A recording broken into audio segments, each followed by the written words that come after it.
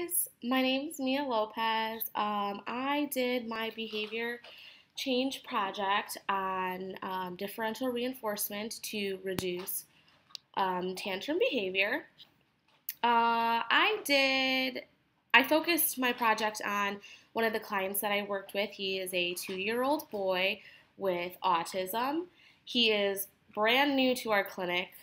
Before I began my behavior change proposal, or before I began my behavior change project, he had started the clinic right as our proposals were due. So, with that being said, I asked if I could wait to work with him because I thought that it would be fairly awesome to do that, to apply an intervention to someone that has never been in an ABA clinic or in any kind of childhood intervention setting.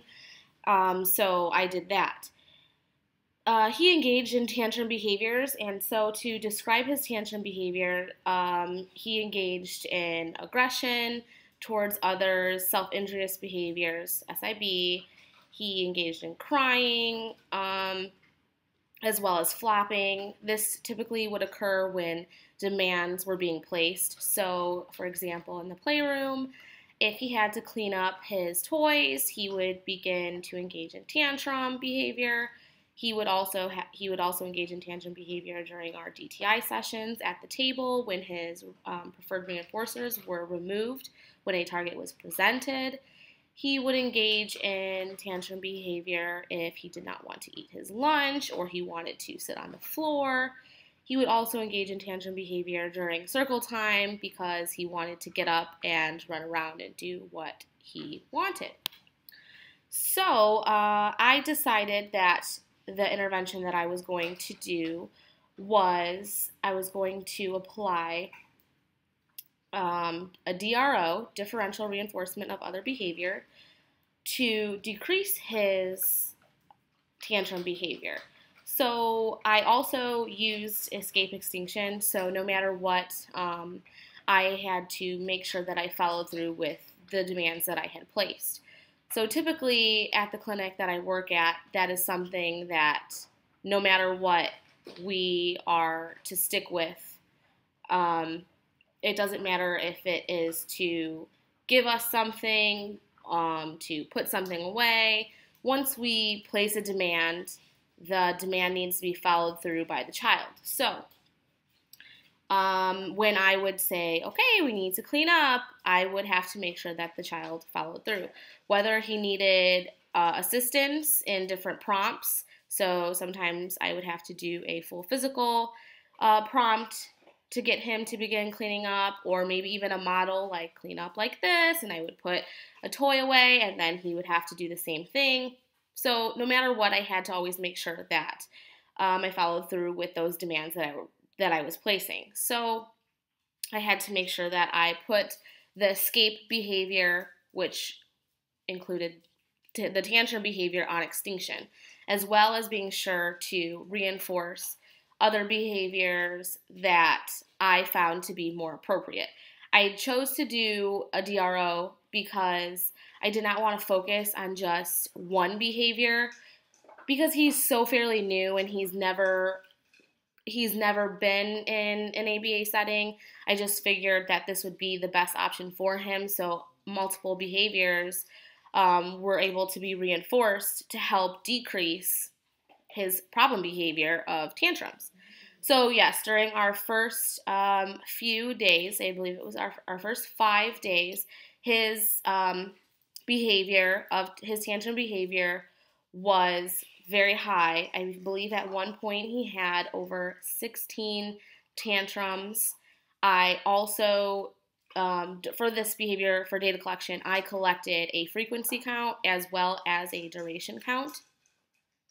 I would have done a interval data collection, but his behavior was never really targeted in a specific setting. It pretty much varied. Like if he was hungry because he didn't have his bottle earlier in the day during lunch, he was more willing to eat.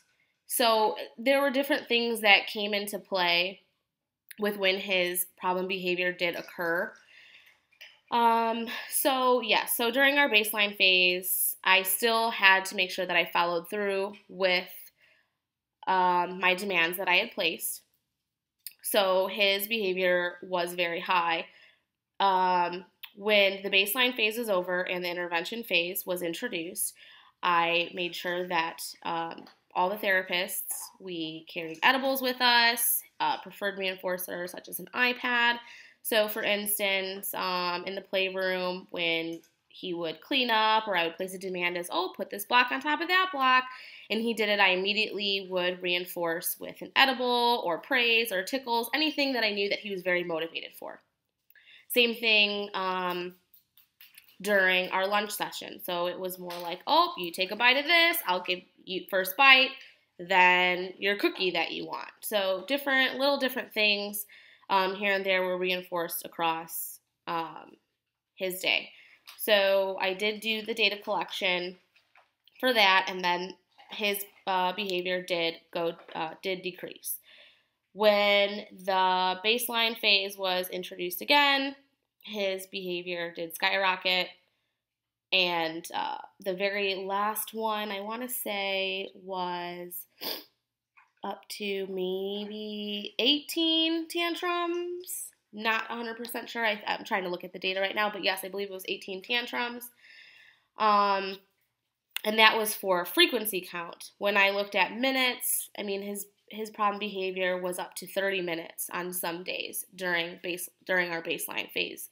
But during our intervention phase, I mean, he had problem behavior that occurred for 3 minutes, and that was through an entire day, which was pretty cool to see that the treatment was actually working.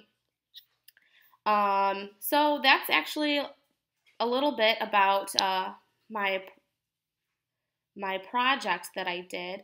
Let's see here, so I could tell you a little bit. One of the limitations that I did find